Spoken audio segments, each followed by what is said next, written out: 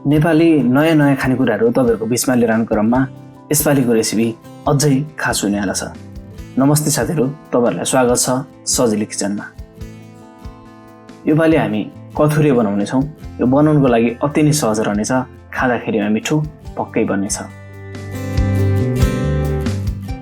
अब यो कथुरे बनाउनको लागि चाहिँ एउटा भाँडामा पानी राख्ने, यसपछि मकैको पिठोलाई छरिदिने अनि पानी बोइल हुनलाई छोडिदिने। अब एउटा नाङ्लोमा मकैको पिठो, गहुँको पिठो, कोदोको पिठो अनि फापरको पिठोलाई राखिदिने।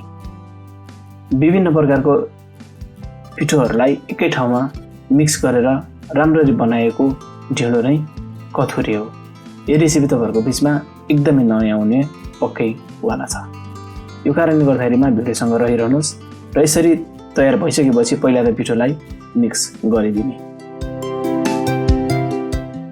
अब यता ढिँडोको लागि पानी पनि बोइल हुन थालेको छ।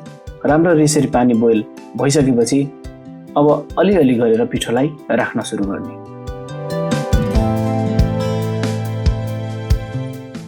कथुरे बनाउनको लागि एकैचोटि हामी पिठोलाई राख्दैनौं, थोरै गरेर राख्दै तयार गर्नुपर्छ। अनि हल्का यसरी दाबिलोले चलाउँदै पनि रहने। राम्ररी यसरी बोइल पनि भइरहेको छ अनि हल्का माथिबाट पिठोलाई थप्दै अनि यसरी चलाउँदै पहिला त तयार गर्ने।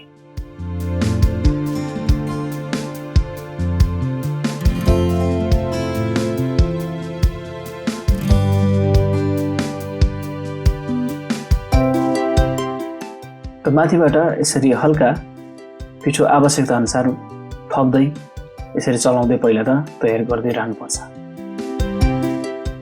अनि त्यसपछि बल्ल अब ओडाल्नको लागि प्रोसेस सुरु गर्ने। मैले चाहिँ यस्तो तरिकाले चिम्टा राखेर अडेस लगाएर ओडाल्न सुरु गरेँ। जति हामी राम्ररी ओडाल्छौं त्यति नै कथुरे राम्रो पनि बन्ने गर्छ। अलि सारो चाम्रो खालको रहने पनि गर्दछ कथुरे। यसरी हल्का अझै पिठोलाई थप्दै ढिँडोलाई चलाउँदै पनि तयार गर्दै रहने। निकै नै पहिलेको समयदेखि नै यसलाई बनाएर खाइएको पाइन्छ र कथुरे एकदमै स्वास्थ्यको निम्ति राम्रो पनि रहने गर्दछ।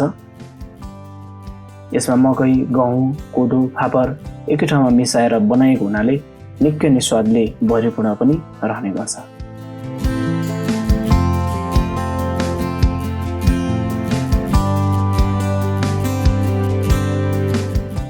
र यसरी राम्ररी ओडाल्दै तयार पनि गर्दै रहने।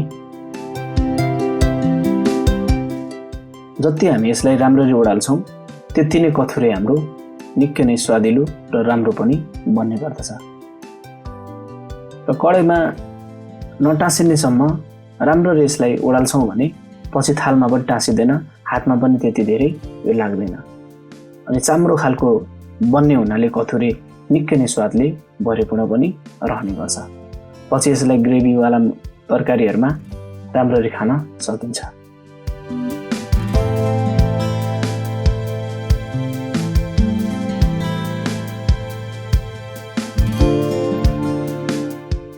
अझै यसलाई ओडालेर तयार पनि गर्दै रहने।